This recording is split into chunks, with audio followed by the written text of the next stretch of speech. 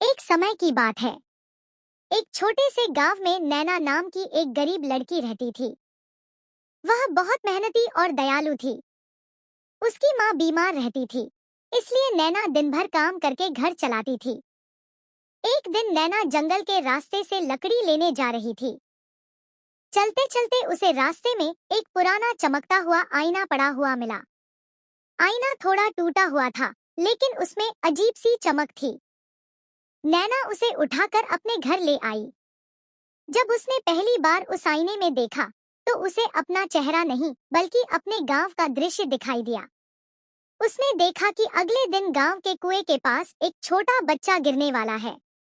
नैना को यह देखकर बहुत हैरानी हुई। अगले दिन वह जल्दी ही कुएं के पास पहुंच गई।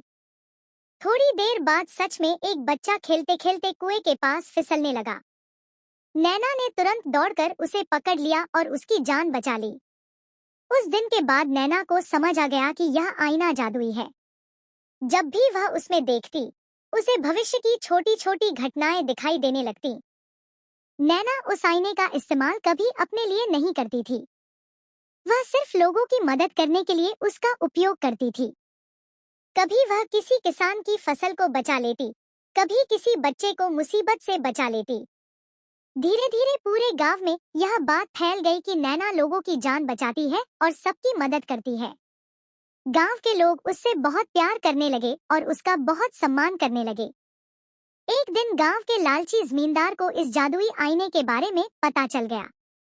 वह सोचने लगा कि अगर यह आईना उसे मिल जाए तो वह भविष्य देखकर बहुत अमीर बन सकता है।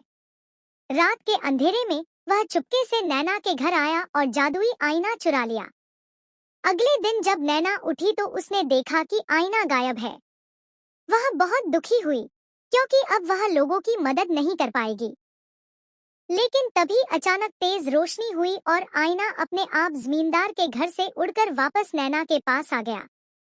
तभी एक रहस्यमयी आवाज आई, यह जादुई आईना सिर्फ नेक दिल वालों के लिए है, लालचियों के लिए नहीं। जमींदार डर गया और अपनी गलती मान ली। उस दिन के बाद नैना और भी ज्यादा लोगों की मदद करने लगी।